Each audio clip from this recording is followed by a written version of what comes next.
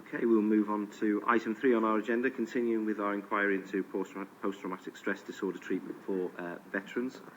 I'm very pleased to be able to welcome certainly one very familiar face to us here in Wales and across the UK, Simon Weston, OBE, patron of Talking to Minds.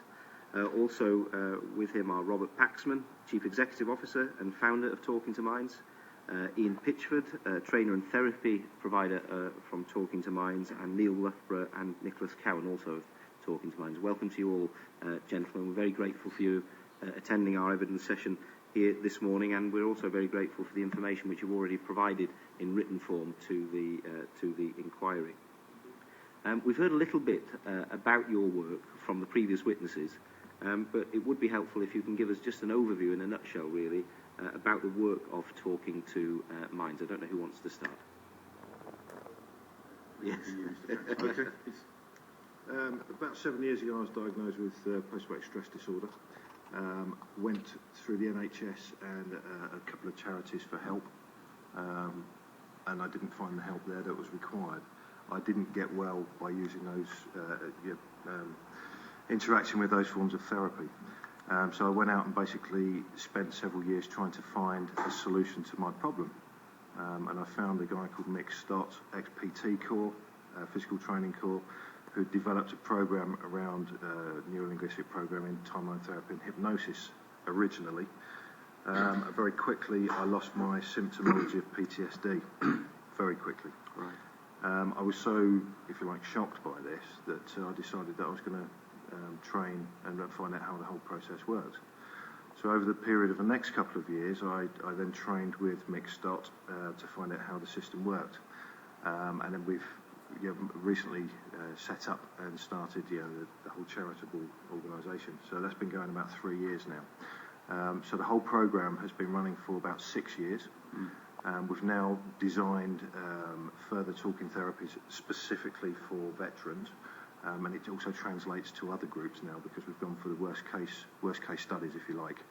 And what we're doing is getting fantastic results. So we're continuing to do more of it.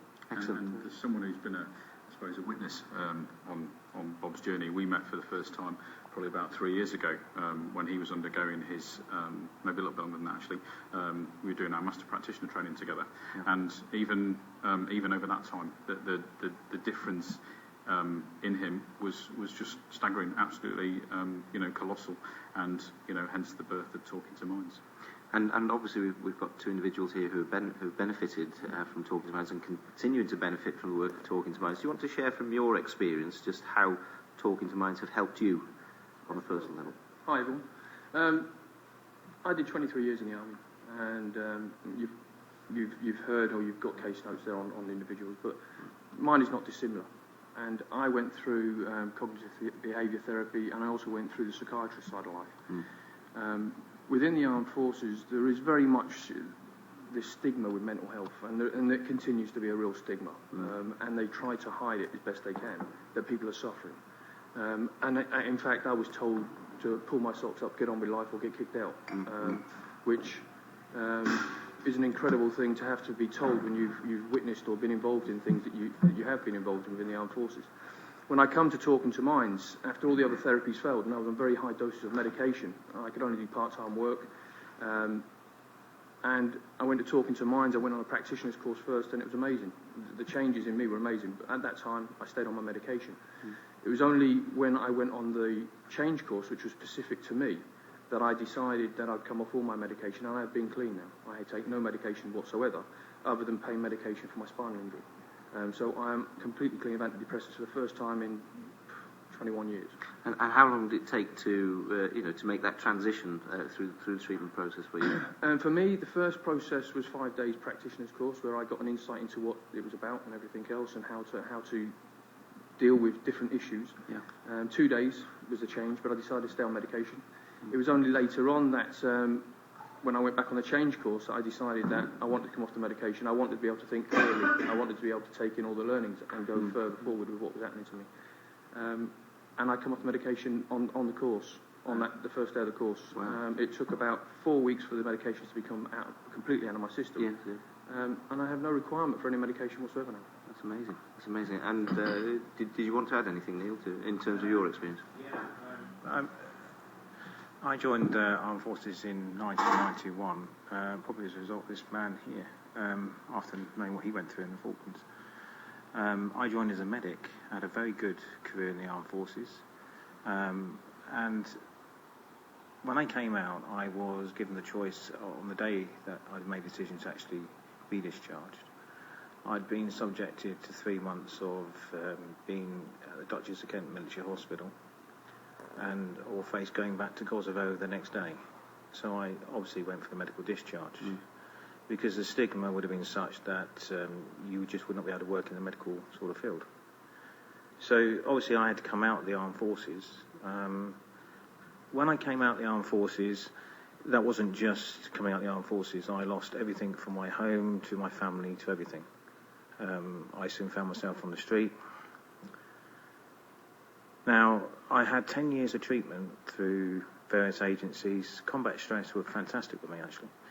They gave me a diagnosis for post-traumatic stress disorder, which was confirmed.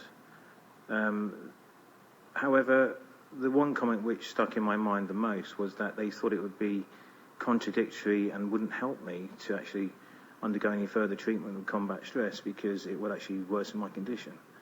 And because I was a medic in the Armed Forces, the actual environment that I found myself in would have been conducive to that which I would be treating the patient in a medical reception station, and therefore it was actually making my condition worse. You know, I thank Combat Stress for the help they gave me, and it's just unfortunate that wasn't going to work for me.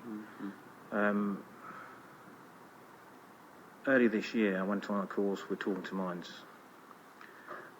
In the background I was still under the Trauma Health Service in Lancashire, which is quite a pioneering type thing under a guy called Dave Sanford. I was very apprehensive of whether NLP treatment or whatever Talking2minds was going to work. Very apprehensive. Medical. NLP, sorry. The NLP techniques they use in Talking2minds. Neuro-linguistic program. Yeah, sorry. Yeah. So I apologise for that. It's all right. We use lots of abbreviations. All right. I try to steer away from. So yeah, I was apprehensive before I went on it.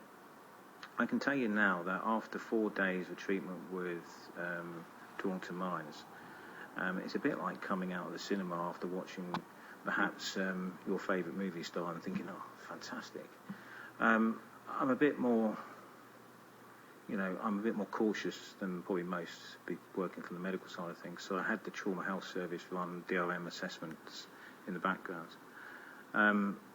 I got a letter in front of me which confirms they now discharged me from their service because they've made considerable improvement and now only have a mild form of post-traumatic stress disorder.